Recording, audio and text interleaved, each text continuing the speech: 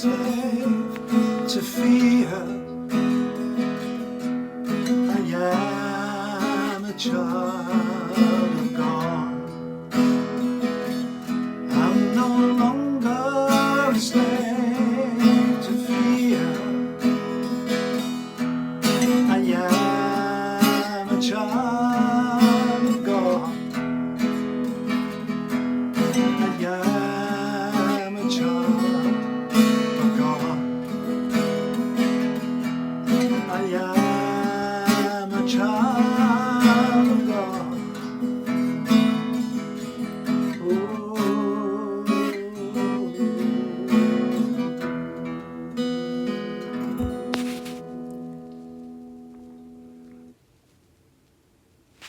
Welcome to part 5 of No Longer a Slave. We're looking at the book of Philemon, and in our last session we came to the crux of the matter. We come to the reason why Paul is actually writing to Philemon. Onesimus. It's all about Onesimus, your runaway slave, the one that you called useful had proven to be not useful. And now Paul is saying, look, since Onesimus has given his life to Jesus, that usefulness is written over him again. And in verse 12, Paul says this: I am sending him. I'm sending Onesimus back to you, and it's going to cost me. I want you to know this is no easy thing. I'm sending him who is my very heart back to you. You know, when you make a disciple through the gospel, that disciple becomes very precious. And I've got very happy memories of many men and women that I have ministered to over the years and kind of looked on them as sons in the Lord, as brothers in the Lord. And when they leave, for whatever reason, it's hard. Paul says, I'm sending him who is my very heart back to you. I would have liked to keep him with me so that he could take your place in helping me while I'm in chains for the gospel. You know, Philemon, Onesimus could have been like you. Now remember, we're talking about a slave before his master. But Paul is saying, you know, you're not able to be with me here in prison. You're in Colossae. But your runaway slave has been with me on a daily basis, and he has been serving me. Maybe this was part of what God's doing.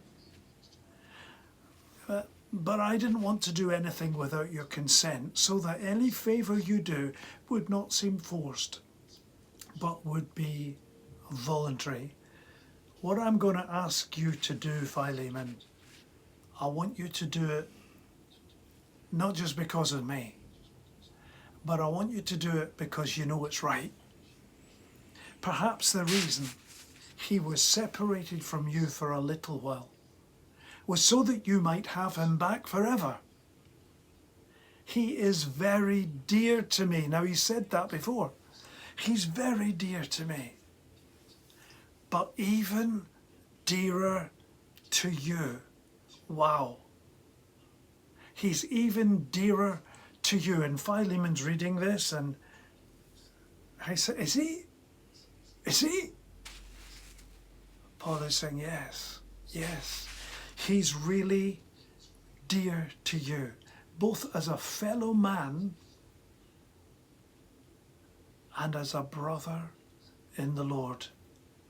Can you see how in kingdom language he's taken away the word slave and he's replaced it with fellow man, a fellow human being, and a brother. How can a slave be a brother to a master? Well, in this world, in this society, no, he can't. But in the Lord, as a brother in the Lord, that changes things entirely. And so what Paul is sowing here, he's sowing the seeds of emancipation. That there will come a time when the gospel takes hold, when every believer will see every other believer as a brother. That the distinctions of male, female, the distinctions of Jew, Gentile, the distinction of slave, master will be done away with. We will all be one in Christ Jesus. And so what I'm seeing here in Onesimus coming back with this letter to deliver to his master is kind of like the prodigal coming back. Paul is looking, hey, Philemon, can you be the loving father? Could you give him a robe? Could you give him a ring? Could you give him shoes for his feet?